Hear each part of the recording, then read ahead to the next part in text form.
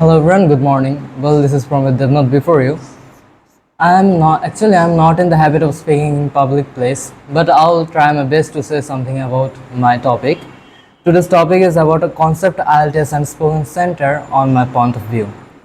Concept IELTS and spoken center is a well-known center where we can learn English from the basic. There are Muhammad Hanif sir and Safwan, Mohsin Pardore sir. Sorry, Abdul Mohsin Pardore sir. They are both a good teacher. They help us to learn about grammar and helps us to get better in our fluency. Speech competitions are held in periods of time to keep the competition between us and when everyone win and get ranks.